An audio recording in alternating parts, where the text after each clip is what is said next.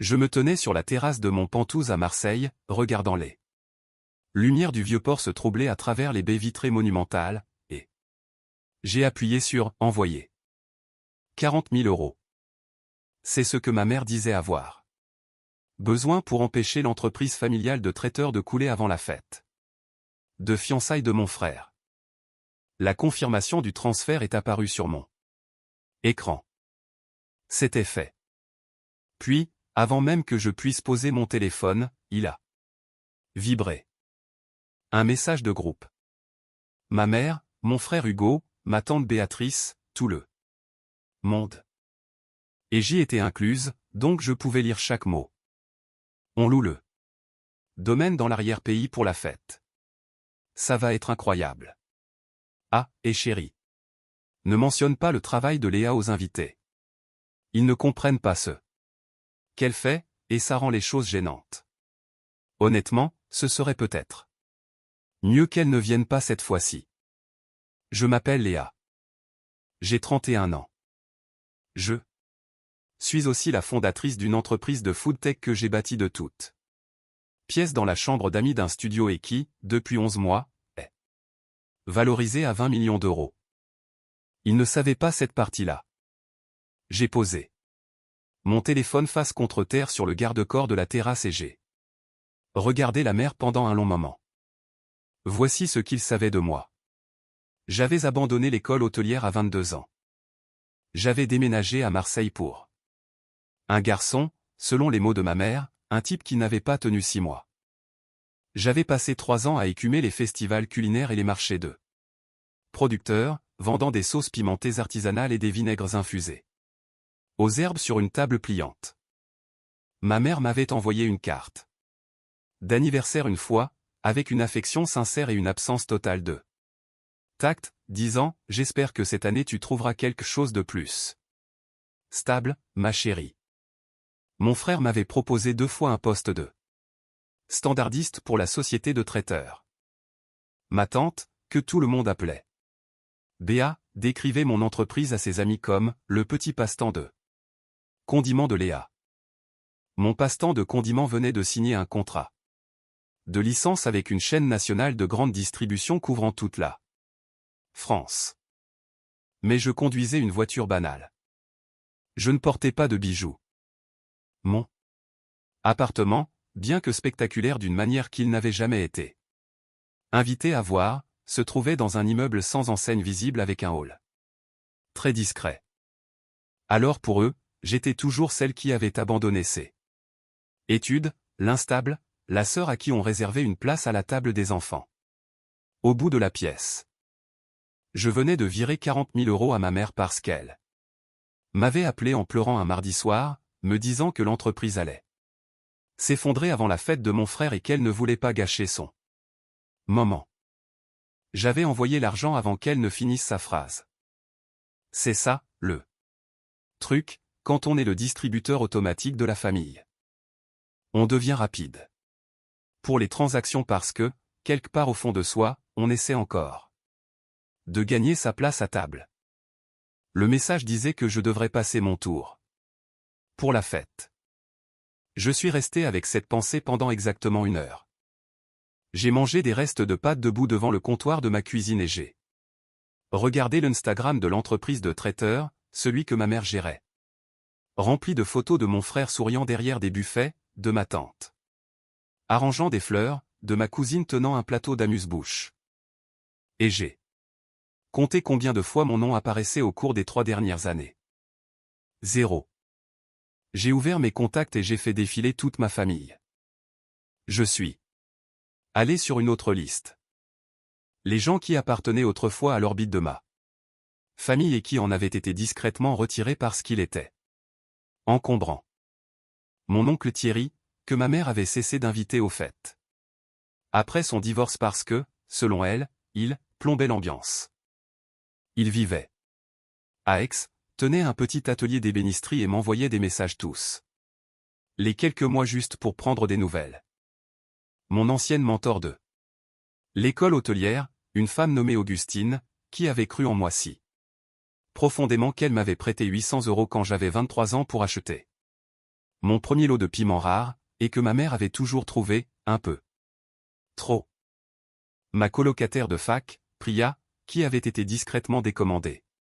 Pour le dernier anniversaire de mon frère parce que ma tante avait décidé que la table était trop chargée. Je leur ai envoyé à tous le même message. J'organise quelque chose chez moi le week-end de la fête. Dites oui, s'il vous plaît. Ils ont tous dit oui. La fête de fiançailles était un samedi d'octobre.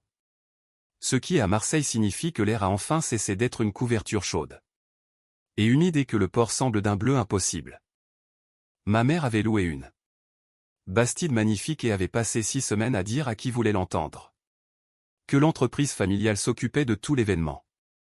Amuse-bouche, bar à huîtres, atelier de découpe, 4 cocktails signature. La fiancée de mon frère, Émilie, avait une esthétique très précise, lignes épurées, linge de table blanc, une simplicité qui coûte cher. Ma mère misait sa réputation professionnelle sur cette réussite. J'avais passé ces mêmes 6 semaines à faire quelque chose de différent. Mon Pantouse possède une terrasse sur le toit qui fait le tour de l'immeuble. Elle accueille confortablement 60 personnes. J'ai une cuisine qu'un chef étoilé Michelin a un jour qualifiée, sans ironie, de cuisine privée la mieux équipée qu'il ait vue en dehors d'un restaurant. Je ne l'avais jamais utilisée pour autre chose qu'un dîner de 10 personnes. J'ai appelé une photographe que je connaissais, pas une amie avec un bon téléphone. Une vraie photographe publicitaire qui travaillait pour des magazines culinaires, et je l'ai réservée pour la journée entière. J'ai appelé un fleuriste. J'ai appelé un trio de jazz que j'avais entendu jouer lors d'un salon du vin et j'ai demandé s'ils étaient disponibles. Puis j'ai commencé à cuisiner. Soyons clairs, je n'ai pas fait de sauce pimentée. J'ai préparé un menu dégustation en 7 services pour 22 personnes. Burrata avec des tomates anciennes et un balsamique de 20 ans que j'avais fait vieillir moi-même. Pâtes fraîches roulées à la main avec un beurre noisette et de la sauge que je perfectionnais depuis 2 ans. Paleron de bœuf braisé lentement avec une réduction au vin rouge qui a fait s'arrêter mon oncle Thierry en pleine bouchée. Pour fixer le mur un moment avant de dire quoi que ce soit. Augustinet. Arrivé avec une bouteille de champagne et une expression sur le visage que je n'oublierai jamais. Elle s'est tenue dans mon hall, a levé les yeux vers les plafonds de 4 mètres, s'est tournée lentement vers moi et a dit « Léa. C'est quoi, ça ?» Chez moi, ai-je répondu. Depuis quand? Depuis 3 ans. Elle a posé le champagne sur la console d'entrée et m'a serré dans ses bras pendant très longtemps. Cet après-midi-là, alors que ma mère installait des nappes blanches dans une bastide à 40 minutes de là, je me tenais en bout de table sur mon toit et je regardais les gens autour. Thierry, qui était venu d'Aix et qui était déjà en pleine conversation avec Priya à propos d'un documentaire qu'elle lui avait recommandé. Augustine, qui riait avec ma photographe de je ne sais quoi. Son visage était rayonnant. Priya, qui portait une robe jaune, avait apporté des biscuits maison à la cardamome et m'avait envoyé un message le matin même, tu m'as manqué. Je ne m'en étais pas rendu compte jusqu'à ce que tu me demandes de venir. Ce n'étaient pas les gens de ma famille. C'étaient les miens. Ceux qui s'étaient montrés quand je vendais de la sauce sur une table pliante sous la canicule d'où et qui avait dit sans hésiter, ça va devenir quelque chose. Je n'en avais pas fait assez pour les garder près de moi. Ça s'arrêtait là. La photographe s'est installée près du garde-corps. Le port était doré derrière nous. Je portais une robe en soie d'un roux profond que j'avais acheté à Paris au printemps précédent et que je n'avais pas encore eu l'occasion de porter. Le trio de jazz a commencé à jouer. Quelque chose de doux et chaleureux. J'ai débouché le champagne. À ceux qui sont venus, ai-je dit. À ceux qui sont venus, ont-ils répété en écho. La photographe a capturé l'instant. Les verres levés, le port en arrière-plan, la lumière de fin d'après-midi rendant tout digne d'un magazine parce que c'était Le cas. Parce qu'elle a fini par vendre cette photo à un magazine d'art de vivre. Mais c'est un détail pour plus tard. J'ai laissé le dîner se dérouler. Lentement. J'ai laissé Thierry resservir tout le monde. J'ai laissé Augustine raconter la première fois qu'elle avait goûté mon vinaigre, ce qu'il avait poussé à pousser un cri de choc en plein milieu d'un marché bondé avant de me demander ce que j'en voulais, moi répondant, 20 €, et elle disant, non. Qu'est-ce que tu en veux vraiment? Et moi, confuse, répétant, 20 €. Quand le bœuf est arrivé, je me suis éclipsé de la table pendant 10 minutes. Pour vérifier le dessert. J'ai ouvert Instagram dans la cuisine. Je réfléchissais à la légende depuis 3 jours. La vue de la maison. À ceux qui n'ont jamais eu besoin que je m'explique. Merci d'avoir rempli cette table. Baiser de Marseille, au 31e étage. J'ai tagué Augustine. J'ai tagué l'atelier de Thierry. J'ai tagué Priya. Je n'ai pas utilisé le mot « famille ». Je n'en avais pas besoin. J'ai posté, j'ai mis mon téléphone dans le tiroir de la cuisine et je suis retourné à table. J'ai appris plus tard que la sœur aînée de la fiancée de mon frère me suivait sur Instagram. Je l'avais rencontrée brièvement lors d'un repas de fête 2 ans plus tôt. Je ne l'avais pas marqué. Apparemment, ce n'était pas réciproque parce qu'elle me suivait depuis 8 mois et m'observait avec un intérêt considérable. Elle a vu le post 4 minutes après sa publication. Elle a fait une capture d'écran. Elle l'a envoyée à la fiancée de mon frère. La fiancée de mon frère l'a montré à mon frère. Pendant le cocktail, entre les croquettes de crabe et le buffet de viande. Je le sais parce que mon frère me l'a dit plus tard dans un message vocal qui commençait par le mot « Léa », prononcé d'un ton que je n'avais pas entendu. Depuis que nous étions enfants et qu'il s'apprêtait à me dénoncer pour une bêtise. J'en étais au 2e verre de vin de dessert quand mon téléphone a commencé à s'affoler. Je l'avais laissé dans le tiroir exprès, mais je l'entendais depuis la table. Le rythme, vibre vibre pause vibre vibre, de quelqu'un qui appelle en boucle. Priya a haussé un sourcil. Donne-moi encore 5 minutes, ai-je dit. Quand j'ai enfin vérifié, j'avais 23 appels manqués. Ma mère 2 fois. Mon frère 6 fois. Ma tante Béa 4 fois. L'associé de ma mère. Ma cousine. Un numéro que je ne connaissais pas qui s'est avéré être la mère de la fiancée. Les messages vocaux étaient mémorables. Ma mère a commencé. Sa voix avait cette qualité spécifique qu'elle utilisait quand elle essayait de garder son sang-froid devant un public. Contrôlé. Trop contrôlé. Léa, j'ai besoin que tu m'appelles. Les gens posent des questions. Quelqu'un a montré ton Instagram à un invité et il y a un malentendu. Appelle-moi. Mon frère était le 2e et le sang-froid avait déjà disparu. Qu'est-ce que tu fais? C'est quoi ce post? Tu as une idée de ce que ça donne comme image? Il pense qu'on ne t'a pas invité. Il pense qu'il y a un problème. Maman est bouleversée. Et c'est ma fête de fiançailles. Rappelle-moi. Ma tante Béa était la 3e. Elle n'a même pas essayé de se contenir. Cette cuisine, cette terrasse. Léa. Est-ce que c'est réel? C'est ton appartement? Depuis quand tu? Pourquoi tu ne nous as pas? Ta mère me pose des questions auxquelles je ne peux pas répondre et je ne sais pas quoi lui dire. Appelle quelqu'un. J'ai mis les messages sur haut-parleur pendant qu'Augustine, Thierry et Priya écoutaient. Autour de la table. Personne n'a parlé pendant un moment. Puis Thierry a dit. Très doucement, il ne savait pas. Non, ai-je répondu. Rien de tout ça. Absolument rien. Il a pris son verre de vin et l'a observé. Depuis combien de temps? L'entreprise est valorisée à 20 millions depuis environ 11 mois. L'appartement, 3 ans. Le contrat de licence a été signé en août. Il a reposé son verre. Il m'a regardé avec une expression à laquelle je n'étais pas préparé.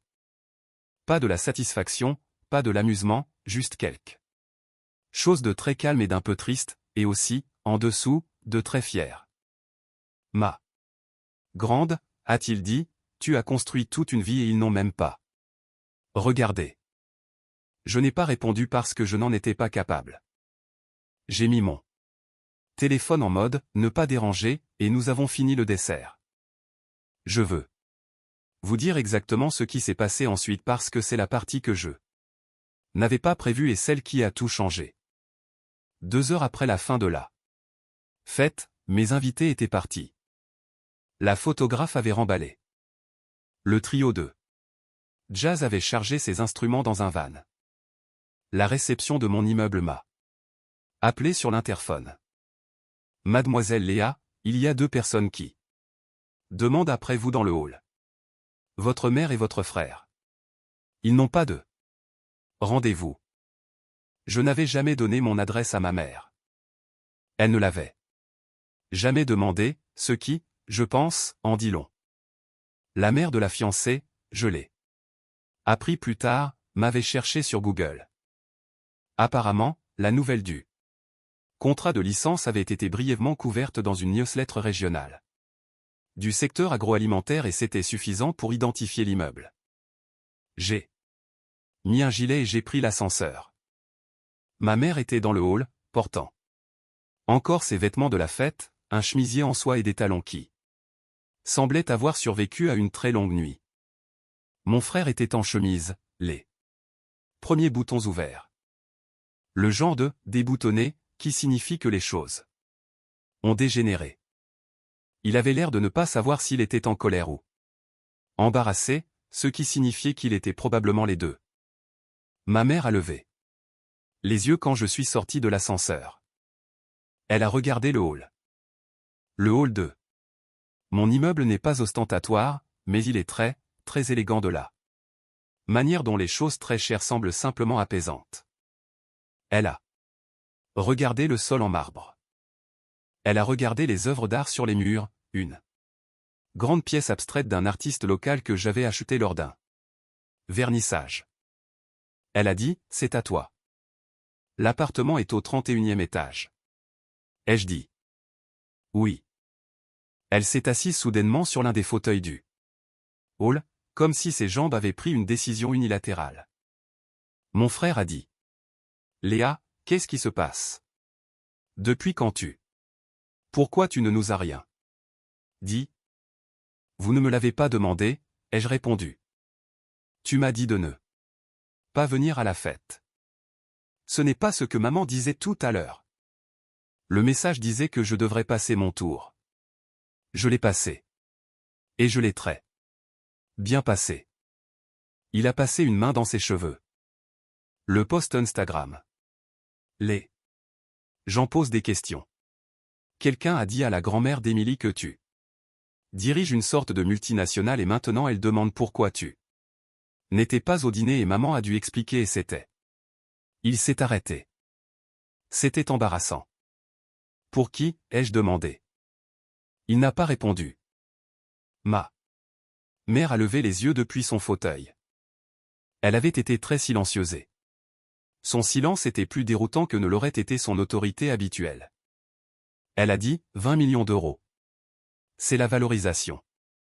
C'est l'estimation, ai-je dit. L'entreprise, les sauces, la plateforme technologique alimentaire. Les sauces n'étaient que la porte d'entrée.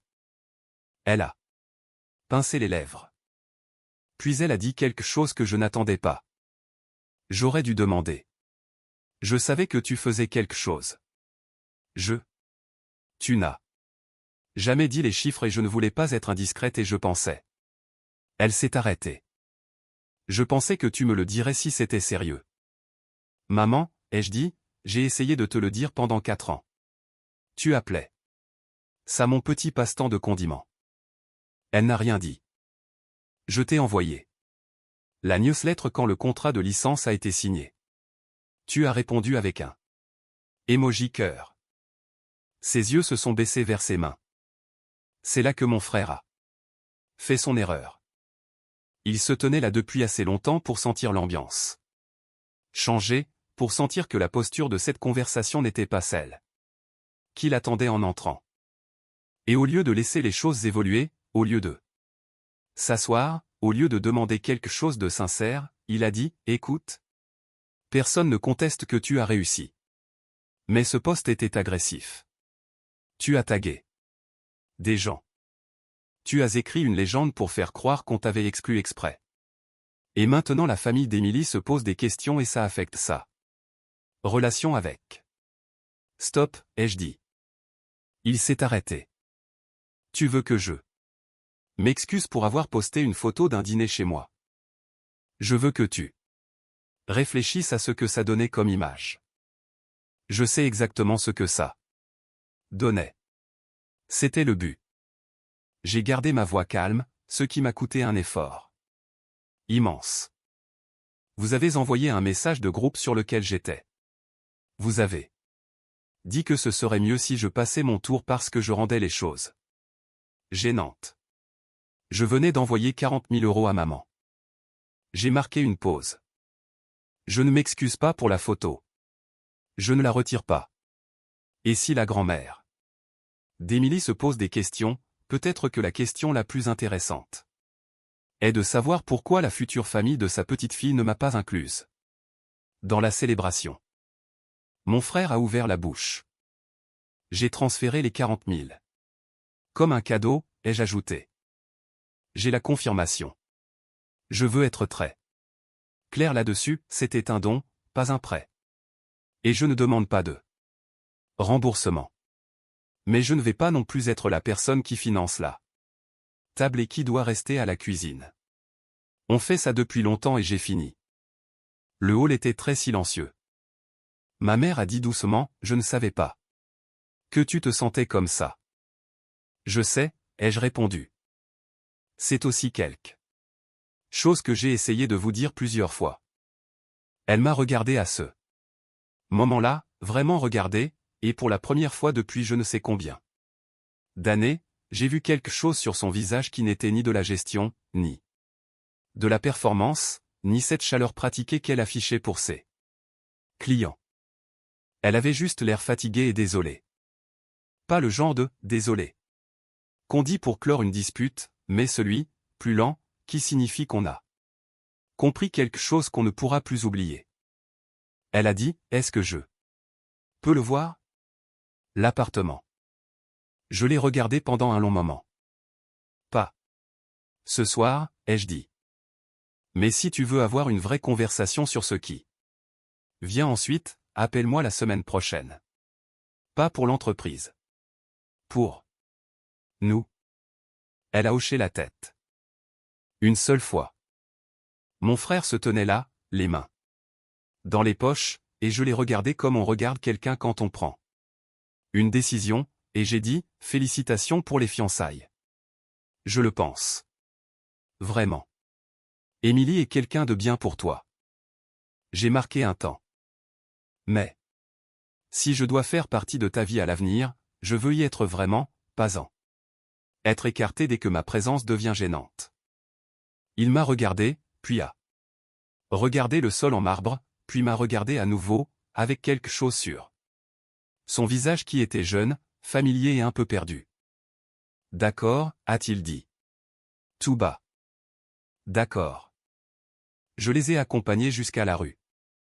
L'air d'octobre était frais en venant du port. Ma mère a regardé l'immeuble une dernière fois. Avant de monter en voiture. J'ai regardé les feux arrière disparaître au coin de la rue. Je suis remonté. La cuisine sentait encore le beurre noisette et le romarin. Il restait 2 verres sur la table de la terrasse, oubliés, le vin ne pouvant plus être bu depuis longtemps. Je les ai débarrassés, j'ai éteint les guirlandes lumineuses, je suis resté au garde-corps un moment.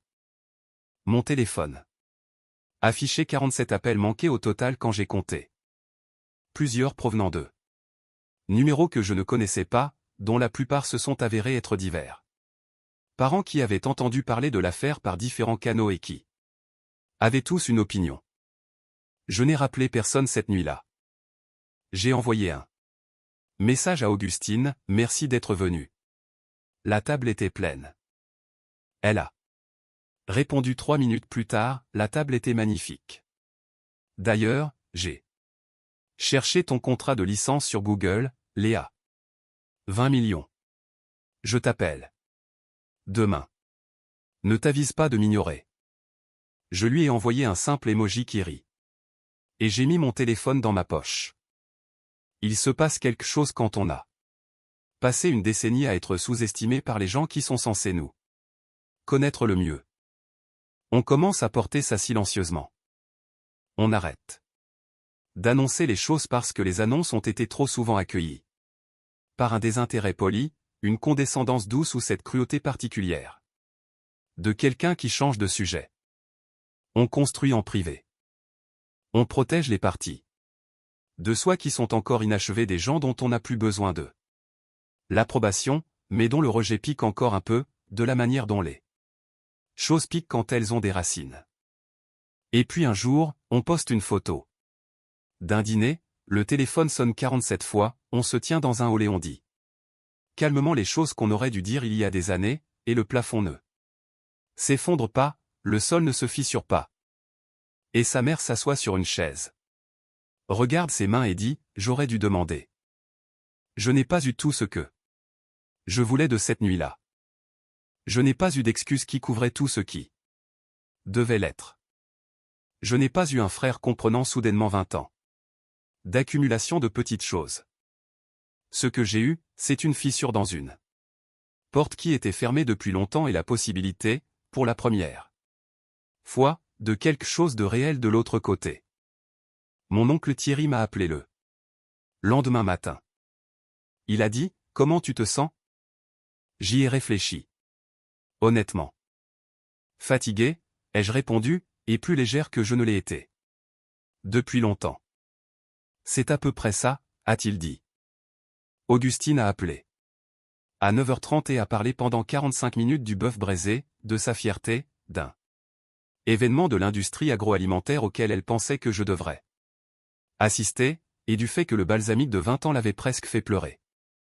Je me suis assise à mon comptoir et je l'ai laissé parler, sentant quelque chose s'apaiser dans ma poitrine qui était agitée depuis très longtemps.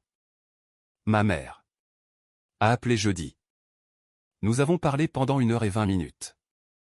Elle a posé de vraies questions sur l'entreprise, sur la façon dont je l'avais bâtie, sur ce qu'elle faisait concrètement. Elle a posé des questions sur l'appartement. Je lui ai parlé du toit terrasse. Elle est restée silencieuse un moment, puis elle a dit, j'aimerais le voir, quand tu seras prête. J'ai dit, viens dîner. Je cuisinerai. Elle a répondu, oui. Je ne sais pas ce que ma famille va devenir après ça. Je ne sais pas quelle version de mon frère se présentera à l'avenir. Celui du hall qui a dit d'accord et qui le pensait, ou celui du message de groupe qui n'a pas réfléchi à ce que je ressentirais en le lisant. Je ne sais pas si ma tante Béa est capable de la remise en question que cela exige. Je ne suis pas optimiste, mais je sais à quoi ressemblait la table. 22. Personne, le port derrière elle. La lumière de fin d'octobre, un trio de jazz. Jouant quelque chose de chaleureux et tranquille. Thierry, qui a fait 3 heures de route parce que je le lui avais demandé. Augustine, qui s'est montrée avec du champagne et s'est tenue dans mon hall en disant, c'est quoi, ça? Priya dans sa robe jaune avec ses biscuits à la cardamome.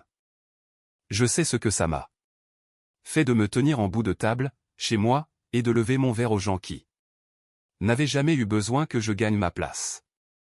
C'est pour cette table-là que j'ai travaillé toute ma vie. Je ne le savais juste pas avant de m'y asseoir. Enfin. J'ai beaucoup repensé à ce qui s'est réellement passé cet octobre-là. Et plus j'y réfléchis, plus je réalise que ça n'a pas commencé le soir où j'ai posté la photo. Ça a commencé des années plus tôt. Chaque fois que je suis restée silencieuse quand j'aurais dû parler. Chaque fois que j'ai envoyé l'argent sans la conversation. Chaque fois que j'ai laissé quelqu'un qualifier mon travail de passe-temps en souriant et en changeant de sujet. J'ai construit ce silence brique par brique, et les gens autour de moi s'y sont installés et s'y sont mis à l'aise. Ce n'est la faute de personne d'autre. C'est la mienne. Il y a quelque chose d'inconfortable à regarder en arrière et à voir combien de ce qui m'est arrivé, je l'avais autorisé, pas causé, je veux être précise. Là-dessus, mais autorisé. Ma mère n'appelait pas ça un passe-temps de condiment parce qu'elle essayait de me blesser. Elle l'appelait ainsi parce que je ne lui avais jamais rien mis entre les mains qui l'obligeait à l'appeler autrement. J'avais protégé mon travail de son scepticisme en le gardant petit en sa présence, et ce faisant, je m'étais gardé petite, moi aussi. Thierry l'a compris sans que je le dise. Quand il s'est assis en face de moi à cette table et a dit, tu as construit toute une vie et ils n'ont même pas regardé, il ne rejetait pas la faute sur quelqu'un. Il nommait simplement la forme de la situation. On peut être simultanément invisible et responsable de sa propre invisibilité. Les deux peuvent être vrais. Cette tension est celle dans laquelle j'ai vécu pendant la majeure partie d'une décennie. Ce qui a changé, ce n'était pas l'argent, la valorisation, le contrat de licence ou le pantouse. Rien de tout cela n'a changé qui j'étais ou ce que je méritais. Ce qui a changé, c'est que j'ai arrêté d'attendre la permission de prendre de la place. J'ai arrêté de m'auto-censurer pour un public qui, de toute façon, ne prêtait pas attention. Le dîner, la photo, la légende, ce n'était pas une vengeance. Des gens ont appelé ça ainsi, et je comprends pourquoi, mais ça ne l'était pas. C'était juste la première fois que j'arrêtais de gérer leur confort au détriment de ma propre vérité. Augustine savait ce qu'elle faisait quand elle m'a prêté 800 € à 23 ans. Elle n'investissait pas dans un produit. Elle investissait dans une personne qu'elle voyait clairement. C'est une forme d'intelligence qui n'a rien à voir avec les diplômes ou l'argent. C'est l'intelligence de l'attention, de regarder quelqu'un et de le voir réellement. Je pense à ce qu'aurait été ma vie sans ce genre de témoin. Sans Priya m'envoyant ce message le matin du dîner. Tu m'as manqué. Je ne m'en étais pas rendu compte. Sans Thierry conduisant 3 heures parce que je l'avais demandé. Les gens qui sont venus ce soir-là sont venus à cause d'une relation construite au fil d'années de petits moments réels. Ça n'arrive pas par accident. Ça arrive parce que, quelque part en chemin, j'avais choisi, même quand je doutais de tout le reste, d'être le genre de personne pour qui on a envie de se déplacer. C'était le travail sous le travail, l'intégrité de la chose. Être là pour Thierry quand il a divorcé. Rester en contact avec Priya pendant les années où ma famille l'avait discrètement laissé tomber. C'est ça qui a rempli la table. Pas le homard. Pas la vue sur le port. Ma mère a appelé jeudi et a posé de vraies questions pour la première fois depuis longtemps. Ça a compté pour moi plus que je ne l'aurais cru. Ça n'a pas tout effacé, mais c'était réel. Et le réel, c'est ce que je demandais. Je ne sais pas encore ce que tout cela va devenir, mais je sais ceci. La table était pleine. J'ai cuisiné moi-même. Les gens assis là m'avaient choisi aussi librement que je les avais choisis. Et pour la première fois de ma vie, je n'attendais pas que le dîner se termine pour pouvoir rentrer chez moi.